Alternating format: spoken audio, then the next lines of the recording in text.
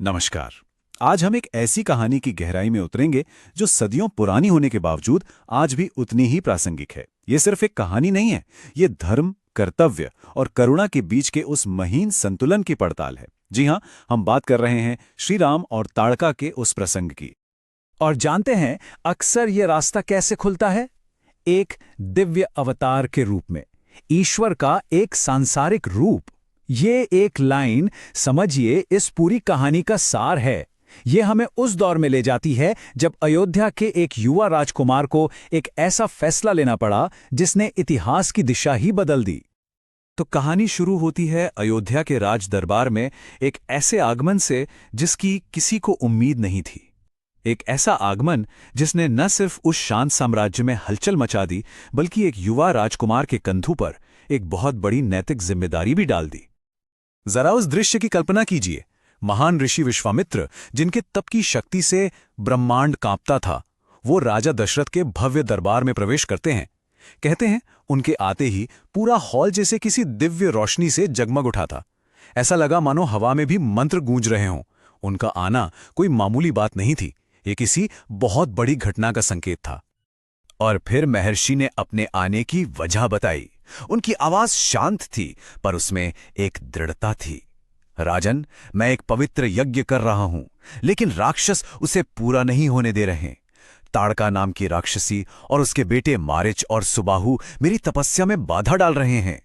और फिर उन्होंने वो मांगा जिसकी दशरथ ने कभी कल्पना भी नहीं की होगी। मुझे आपकी नहीं, आपके पुत्र राम की सहायता चाहिए। बस इस एक मांग ने राजा दशरथ को धर्म संकट में डाल दिया। एक तरफ एक पिता का दिल कह रहा था, राम राम तो अभी बच्चा है, मेरा बेटा है। लेकिन दूसरी तरफ विश्वामित्र का ज्ञान था जो कह रहा था, ये कोई साधारण बालक नहीं, ये स्वयं धर्म का अवतार है। सोचिए, एक राजा उस वक्त क्या करे जब उसका दिल और उसका कर्तव्य उसे दो अलग अलग दिशाओं में खींच रहे हों। यहीं से इस कहानी का असली संघर्ष शुरू होता है।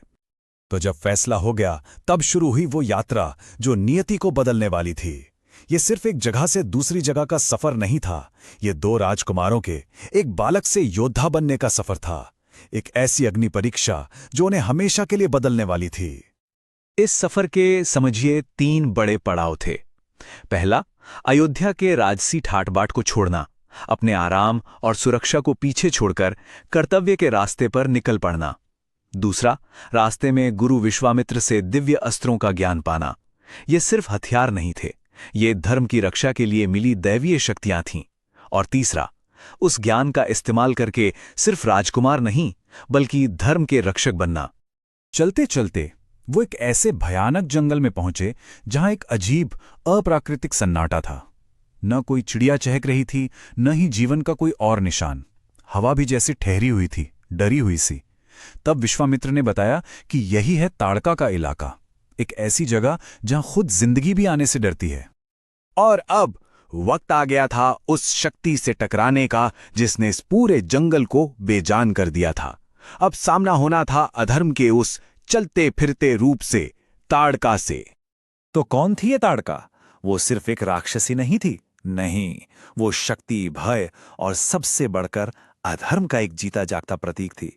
उसका होना ही प्रकृति और धर्म के नियमों के खिलाफ था। उसे खत्म करना किसी एक प्राणी को मारना नहीं था, बल्कि उस बुरी सोच को खत्म करना था जो ना जाने कितनों को निगल रही थी। और वहीं उस भयानक जंगल के बीचों बीच राम एक नैतिक चौराहे पर आकर खड़े हो गए। ये उनके युवा जीवन का सबसे बड़ा, सबसे खुट वाला फैसला था। एक ऐसा फैसला जो न सिर्फ उनका बल्कि पूरी दुनिया का भविष्य तय करने वाला था। वो क्या चुनेंगे? उनके मन में एक तूफान चल रहा था। एक तरफ करुणा, दूसरी तरफ कर्तव्य। सही रास्ता कौन सा है? एक स्त्री पर बाण चलाना उनके संस्कारों के खिलाफ था, पर एक अधर्मी को सजा देना एक क्षत्रिय होने के नाते उनका परम कर्तव्य था। इस मुश्किल घड़ी में सही क्या था? टकराव का जो क्रम था वो हमें बहुत कुछ सिखाता है। सबसे पहले राम ने उसे पीछे हटने की चेतावनी दी, उसे सुधरने का एक मौका दिया। लेकिन जब उसने उस चेतावनी को नजरअंदाज करके अपना हमला जारी रखा, तब राम ने धर्म के लिए वो कठोर निर्णय लिया। और फिर उनके तरकश से वो दिव्य बाण निकला जो हवा को चीरता हुआ इतिहास बदलने वाला था। तो उस एक तीर ने क्या बदला, उस एक पल की हिंसा का नतीजा क्या निकला, और सबसे जरूरी बात, उस फैसले से हमें क्या सीख मिलती है। चलिए अब इस कहानी के आखिरी और सबसे अहम हिस्से को समझते हैं। जैसे ही ताड़का गिरी, मानो पूरी प्रकृति ने एक राहत की सांस ली हो। आकाश से देवताओं ने फूलों की बारिश की। वो भयानक जंगल जो कभी डर से खामोश था, अब चिड़ियों के गीतों से गूंज उठा। इसके बाद मारिच और सुबाहु को भी हराया गया और विश्वामित्र का यज्ञ बिना किसी बाधा के पूरा हुआ। यह सिर्फ एक जीत नहीं थी, ये धर्म की पुनर्स्थापना थी। इस जीत पर ऋषि विश्वामित्र ने जो कहा वो बहुत गहरा है।